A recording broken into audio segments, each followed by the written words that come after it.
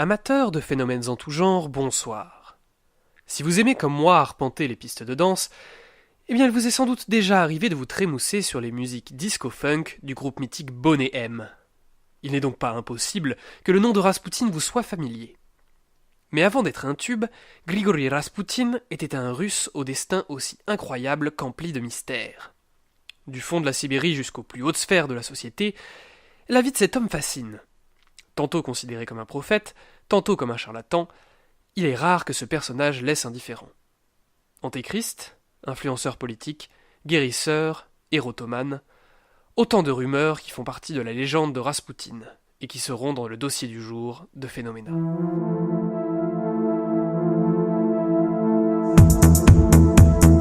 Il s'agit de constater un phénomène. Quel est donc ce mystérieux phénomène ?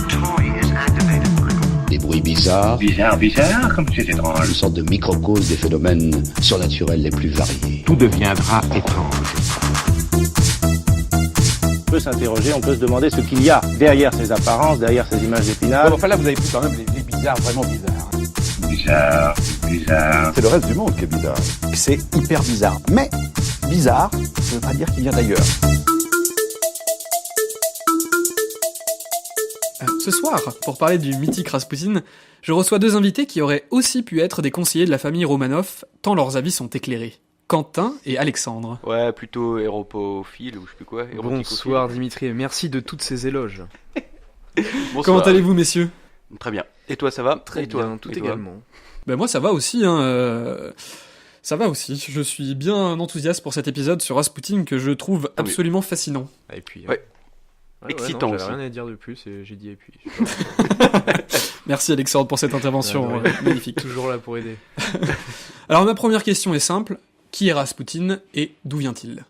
Bonne question. Alexandre, tu vas peut-être Oh, envie d'y répondre. Bon, on peut commencer par dire que c'est un personnage qui est né autour des années 1870. Là aussi, on n'est pas super sûr. 1869, j'ai vu. Ouais, voilà. Mais Année érotique, hein. J'ai vu que c'était. Alors oui, et bien avant l'heure. Oh, Et j'ai.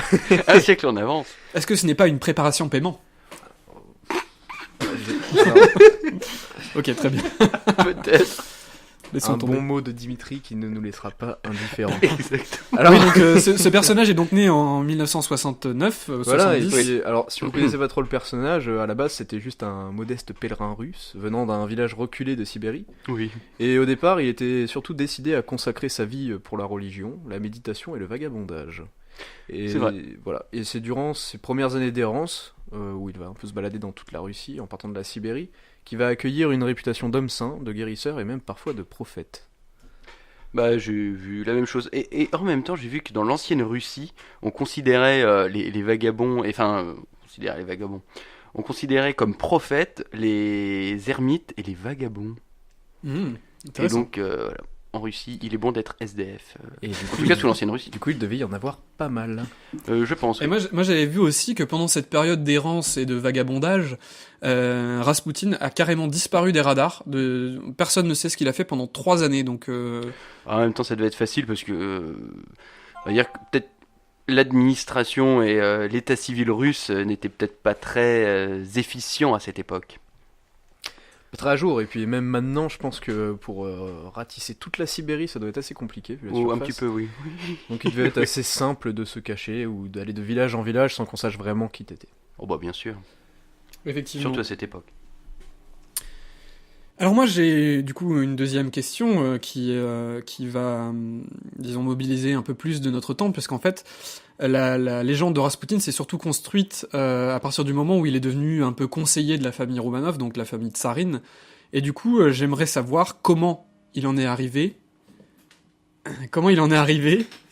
à devenir un proche de la famille Romanov. Alors je sais pas toi Alexandre si tu as lu des choses là-dessus, mais Alors au niveau de son placement sur la famille impériale, non, pas du tout. non pas du tout, parce que j'ai vu du coup que en quittant la Sibérie, il est allé s'installer à Saint-Pétersbourg, donc la capitale impériale de la Russie à cette époque. Et il a commencé à se rapprocher donc il est entré il s'est inscrit à l'académie de théologie. Et c'est ainsi que l'évêque Hermogène et le prédicateur Héliodore fasciné par la foi, la foi de Rasputin, pas son foie, la foi de Rasputin, ont commencé à le faire pénétrer dans la haute société saint-pétersbourgeoise.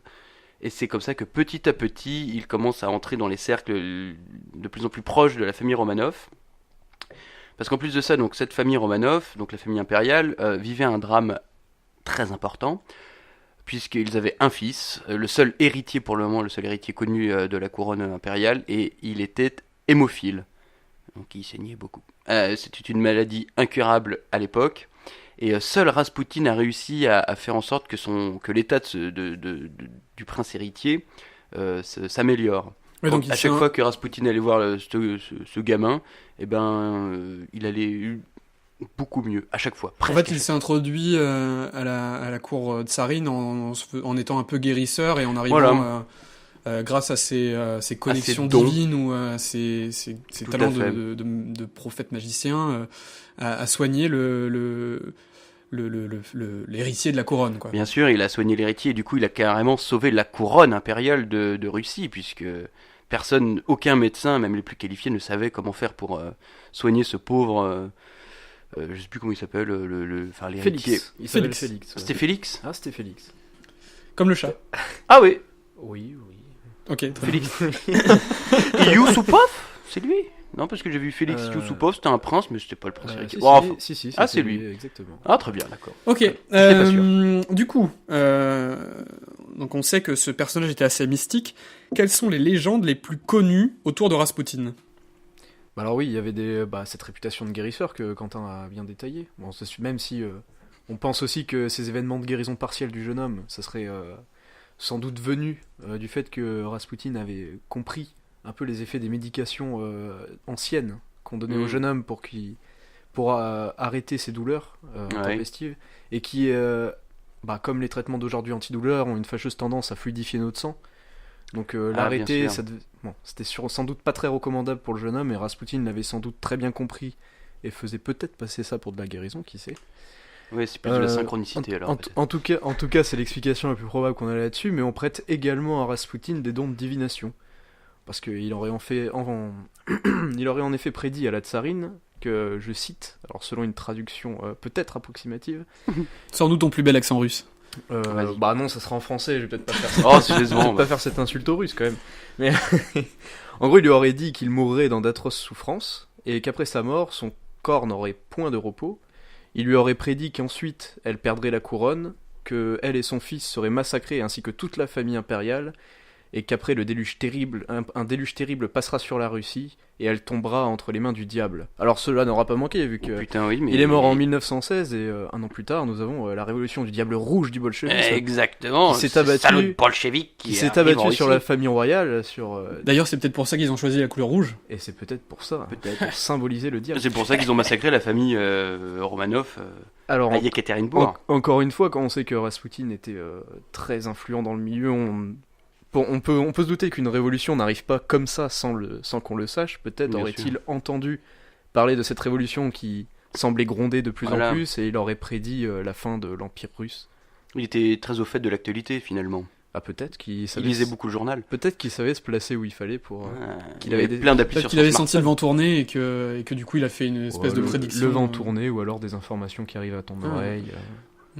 Ça peut arriver surtout à Saint-Pétersbourg, il y avait Lénine, oui, vu que c'était la capitale, on pouvait être au courant de tout, je pense, très facilement. Surtout en étant Rasputin, pouilleux comme lui il était. Et puis surtout quand on couchait un peu dans toutes les sphères de la société. Ouais, c'est vrai, ah bah oui, c'est vrai. Oui, aussi, Quentin parle. Alors ça fait aussi partie de la légende. Ça fait aussi partie de la légende de Rasputin. Du coup, quand exactement, oui, que c'était un homme à femme. Hein, il était très. Il était réputé pour ses parties fines dans ses appartements privés avec combien de femmes au moins 10 000 selon la police, 500 selon les syndicats. Étrangement, cette fois, le chiffre change. Mais... Et une bonne blague sur Radio Wilson ce soir. Ouais, on est très motivés aujourd'hui sur Radio Wilson. Non mais oui, c'était un homme à femme très... de notoriété, quoi, publique. Ouais, de notoriété publique, oui. Il est... c'est même à se demander si c'était pas l'amant de l'impératrice de Russie. Ouais. La tsarine, je sais plus comment elle s'appelle. C'était pas Sissi, mais c'était pas non plus Anastasia. Mais une autre. Oh, les références. Vous avez compris, ce soir à la table, que des experts. Hein. Exactement, de grands experts sur Rasputin. Mais des plus, historiens. Hein. Ah oui, tout à fait. On a tous au moins 2 ou 3 thèses d'histoire derrière. Exactement. Mais Rasputin, il aimait bien faire du spiritisme aussi. J'ai vu ça. Il organisait des soirées de spiritisme. Il invitait beaucoup de ministres. Et surtout les ministres de l'Intérieur. Ah ouais. Le chef de la police russe aimait beaucoup le spiritisme avec Rasputin. En même temps, c'était quelque chose de très populaire à l'époque. Le spiritisme, fin du 19e et début du 20e, c'était quelque chose d'assez répandu. Je n'étais pas au courant. Par exemple, Victor Hugo était très fan de spiritisme. Je sais pas si vous le Ça ne l'a saviez. pas empêché d'écrire de très bons livres. Voilà, tout à fait. Mais après la mort de sa fille, Victor Hugo était très très fan de spiritisme. Très bien, donc nous revenons au sujet. Est-ce que vous pouvez nous parler de la mort, ou plutôt des morts de Rasputin ? Bah, comme tu veux, Quentin. Vas-y, Alexandre, dis-nous ce que tu as vu. Alors, la mort, sa véritable mort, dirons-nous. Selon la légende, Rasputin serait mort en 1916, du coup. Et en fait, c'est une période où la Russie subit beaucoup de défaites militaires, en fait, contre l'Allemagne. Et l'opinion publique s'en retrouve assez chamboulée, parce que tout d'un coup, l'Empire perd un peu la face, avec toutes ces défaites militaires. Alors, comme à toute époque, hein, l'opinion publique cherche et trouve un coupable vite. Et puis ça arrange un peu aussi la famille royale, parce qu'il faut quand même garder la face et puis trouver un autre coupable que soi-même. C'est sûr que c'est donc pas la famille royale. L'opinion publique désigne Rasputin, hein, qui avait la réputation d'avoir beaucoup d'influence sur le couple des tsars. Les deux, oui. Et aussi et qui était accusé du coup d'espionnage au service de l'Allemagne. Et du coup, le prince de l'Empire russe, il organise une petite cabale, hein, contre Rasputin. Il l'invite chez lui à une petite sauterie en prenant soin d'empoisonner absolument tous les aliments qui vont être à sa destination, et également son vin, avec un maximum de cyanure. Donc il était censé quand même le tuer sur le coup. Assez rapidement. Normalement, ça pouvait tuer 20 personnes aussi. Assez rapidement. Selon les chiffres. 20 selon la police. Selon la police. 72 selon les syndicats. Les syndicats protecteurs du cyanure. Alors du coup, Rasputin il s'installe à la soirée, il commence à manger, à boire, et puis toujours pas de mort. Donc, du coup, le vrai Tanguy. Le vrai Tanguy. Et il est avec ses femmes, il est avec tout le monde, il s'amuse bien. Et du coup, le prince Félix, lui, ça commence à l'agacer un peu. Donc il saisit son revolver et puis il lui tire une balle dans le cœur à bout portant. Alors, Prince Félix, qu'il avait sauvé qu'il avait sauvé, mais c'est ce que c'est la politique. Les années passent. Alors, et puis même les amis, hein, quand il suffit de garder le pouvoir, il faut bien faire quelques compromis. Alors, du coup, le prince, il se dit, Rasputin est mort, il appelle un médecin, le médecin va voir Rasputin respire encore. Alors, ils attendent un peu, là tout d'un coup, il se calme, il arrête de respirer, ils le descendent à la cave, et puis quelques temps après, ils redescendent le voir. Et là, tout d'un coup, Rasputin se jette sur le prince et commence à essayer de l'étrangler. Alors, trop fort. Alors, un peu surpris, il tire des balles réflexes dans son corps à plusieurs reprises pour tenter de l'achever. La police rapprochée du prince lui met quelques coups de matraque bien placés sur le crâne. Pour lui fracasser le crâne comme il faut. Et puis là... Et moi, si je peux t'interrompre, c'est ce que j'ai lu, c'est qu'à ce moment-là, en fait, pris de panique, les gens dans la cave remontent à l'étage. Et se disent on va laisser agoniser. On va attendre un peu parce qu'on va on va attendre qu'il meure carrément parce qu'il avait plein de balles dans le corps déjà. Peut-être avait-il affaire à un démon. Peut-être. Qui sait. Et du coup, ils remontent à l'étage, ils attendent un peu, ils se calment, etc. Et après quelques minutes, ils redescendent dans la cave. Et là, Rasputin a disparu. Ah, ça, j'ai pas du tout vu. Ah, j'avais pas vu ça. Ouais, moi j'ai vu ça. Parce qu'il me semblait qu'il avait directement jeté dans l'eau. Oui, mais alors du coup, ils le poursuivent dehors. Ah ouais. Il le poursuit dehors, il remarque qu'il est en train de tituber, en train de s'échapper, et là il lui retire des balles dessus, quoi. Genre vraiment le truc de fou. Et là Rasputin il enlève sa veste et il y avait un gilet pare-balles en Kevlar. Simplement. En fait c'était pour ça. En fait la solution était simple. Non mais du coup je te laisse reprendre à partir du moment où... du coup une deuxième fois une deuxième fois il regarde, il semble mort quand même, crâne fracassé, quelques balles dans le buste. Ouais, puis 10 kilos de cyanure dans le corps aussi. Et 10 kilos de cyanure dans le corps, donc ils se disent cette fois-ci il ne respire plus, on va l'emballer, on va le mettre dans la rivière, hein. On va dire que c'est pas nous. Tout à fait. Donc il l'emballe, il l'envoie dans le fleuve de la Neva, un gros fleuve en Russie qui passe par Saint-Pétersbourg, et là, On le retrouve plusieurs. Alors j'ai pas trop de dates sur quand est-ce qu'il retrouve le corps. Après, oui. Mais je crois qu'on le retrouve assez rapidement parce que le corps est en assez bon état quand on le repêche en fait. C'est ça qui est dingue aussi. Bah en même temps, il faut dire peut-être que l'eau était très froide et que. Mais que ça conserve. Ce qu'il faut dire aussi à nos invités, c'est que Raspoutine, donc du coup comme c'était au début du XXe siècle, il y a des images qui existent de lui. Et notamment une image de sa mort, en fait, de son corps repêché, où on voit nettement qu'une balle a été tirée entre ses deux yeux. On le voit nettement sur la photo, quoi. On voit la trace de l'impact, etc., quoi. Mais du coup, vas-y, Alexandre, je te laisse finir. Du coup, le corps est retrouvé, il l'examine, et puis là, il se rend compte qu'en fait, il est mort noyé, donc il était encore vivant une fois jeté dans la Neva. C'est-à-dire que même avec la balle entre les deux yeux, il n'est pas décédé de la balle, quoi. C'est assez fou. Non, aucune balle n'a pu le tuer vraiment. Encore une fois, c'était un acte aussi politique. Peut-on douter des documents officiels qui ont été posés sur Rasputin ? Peut-être qu'il a été très diabolisé aussi, ce personnage, mais encore une fois, c'est très bizarre. Il est mort plusieurs fois, peut-être qu'il n'est pas mort. Pourquoi l'eau l'a tué et pas une balle en acier ? Oui, c'est vrai. Il n'y a que la nature qui a pu le tuer. Finalement, des questions qu'on peut se poser. Alors moi j'avais vu aussi qu'avant tout ça, avant qu'il parte sur les routes et qu'il se tourne vers la religion, il vivait dans un petit village de Sibérie, donc vous l'avez dit au début de l'épisode. À la sortie de sa maison, une femme l'agresse, lui assène plusieurs coups de couteau. Parce que cette femme était persuadée que Raspoutine était l'antéchrist. Donc du coup, il commençait mal déjà. Et il a commencé très mal. Il a failli mourir. C'est un chirurgien qui lui a fait, qui l'a remis sur pied chez lui en fait. En plus. Et c'est après, à la suite de ces histoires, quelques années plus tard, qu'il part sur les routes, quoi. Donc c'est vraiment. Et en plus de cette mort un peu, où il est passé près de la mort déjà dans l'adolescence, quand il est sur les routes, il me semble qu'il est atteint d'une maladie. Alors j'avoue que je n'ai plus les détails, là j'ai du mal à retrouver mes sources, mais il est aussi atteint d'une deuxième maladie qui est sur le point de le tuer, et au final il en échappe aussi, ce qui contribue aussi un peu à la légende de Rasputin. D'ailleurs on le voit dans certaines images d'archives à l'hôpital, il y a plusieurs photos qu'on peut retrouver où il est il est vêtu de tenues de patient d'hôpitaux, etc., où il fait des signes aux photographes. Des signes positifs où il est finalement très en forme. C'est ça. Donc du coup, c'est vrai que cet homme était quasiment increvable, quoi. Il a fallu de l'acharnement, vraiment. C'est ce qui fait de la réputation des Russes, surtout les Sibériens, ils sont increvables, ils résistent à tout. Un petit shooter de vodka et puis la balle, elle passe toute seule. Ah bah bien sûr. Et il la digère finalement. Alors du coup, moi j'ai envie de vous poser la question, quel est votre avis sur le bonhomme ? Parce que c'était quand même quelqu'un d'assez sujet à controverse. Controversé, oui. Alors moi je pense surtout, c'était quand même dans un contexte où la révolution comptait beaucoup. Selon les écrits qu'on peut retrouver, on va avoir tel ou tel point de vue sur la personne.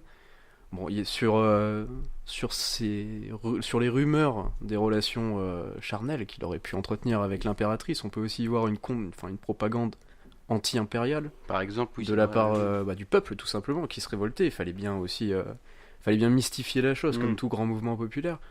Et moi je vois surtout un personnage politique et une image politique plutôt que peut-être un personnage réel. Et idem pour toutes ces autopsies qui ont pu paraître après, tous les documents. On aime bien faire des légendes avec des personnes d'exception aussi. Oui. Surtout que, vu son apparence physique, en fait, il a été très instrumentalisé après par les révolutionnaires qui voyaient en lui une image un peu de diabolisme de la. Le diable de l'empire, quoi. De l'impérial. Ouais, voilà, exactement. Il y avait ce côté très sombre, avec le pouvoir qu'on lui prêtait en plus. Oui, exactement. C'était un peu lui qui était aux commandes, au final. Ils essayaient de donner un visage. D'ailleurs, j'invite nos auditeurs à aller chercher sur internet en tapant Rasputin. Vous allez très rapidement tomber sur des images de propagande. Des révolutionnaires russes, on voit Rasputin sur une image comme un marionnettiste avec le couple impérial. Voilà, avec le couple impérial. Elle est très très cool d'ailleurs cette illustration. Mais ce qui paraît, le tsar était pas énormément influençable vis-à-vis de Rasputin, c'est de ce que j'ai lu. Mais la tsarine était très influencée, mais effectivement, on retrouve des correspondances entre le tsar et la tsarine où en fait on se rend compte que Rasputin n'était déjà pas si présent dans le couple. Finalement, oui. Et au final, le tsar disait à la tsarine, non, ça tu le dis pas. Ça reste entre nous, etc., quoi. Donc il y avait quand même ce côté où au final on a amplifié son influence sur la famille. C'est parce que on savait pas trop ce qu'il faisait avec. Aussi, c'est une époque où le mystique avait beaucoup d'influence sur le peuple. Donc et puis vu la tête aussi qu'il avait, vu qu'il était considéré comme un saint, je pense que il avait beaucoup plus d'impact sur l'esprit populaire en fait que que les politiciens de l'époque, quoi. Ouh, ça se pourrait. Ça ne m'étonnerait pas. Bon, en tout cas, moi, pour ma part, je suis complètement fasciné par le personnage, parce que de toute façon, il y a tellement de légendes et de tellement de choses, parce qu'on n'en a pas vraiment parlé, mais il y a aussi des légendes entourant sa sexualité et même sa composition. Peut-être y en aura-t-il sur toi dans 100 ans. Peut-être. Écoute, je ne sais pas. Nous verrons. Nous ferons peut-être un épisode de Phénoména dans 200 ans, si nous sommes toujours vivants. Oh, ça va venir, sûrement. En tout cas, merci messieurs de nous avoir fait vibrer en nous racontant l'histoire de Rasputin. C'est la fin de ce dossier consacré. C'est la fin de ce dossier consacré à Rasputin. N'hésitez pas de commenter sur les réseaux sociaux. En attendant, vous pouvez consulter le site de Radio Wilson et nous retrouver sur YouTube, SoundCloud et iTunes. Abonnez-vous, mettez la cloche. Bonne soirée, à bientôt. Nous vous donnons rendez-vous dans une prochaine émission consacrée à la malédiction des Kennedy. Ah mais oui. En attendant, gardez les yeux ouverts. Vous pouvez dire bonne soirée aussi, messieurs. Pardon, oui, bonne soirée, excusez-moi. Bonne soirée à tous les auditeurs de Radio Wilson et de Phénoména. On était déjà parti au bar.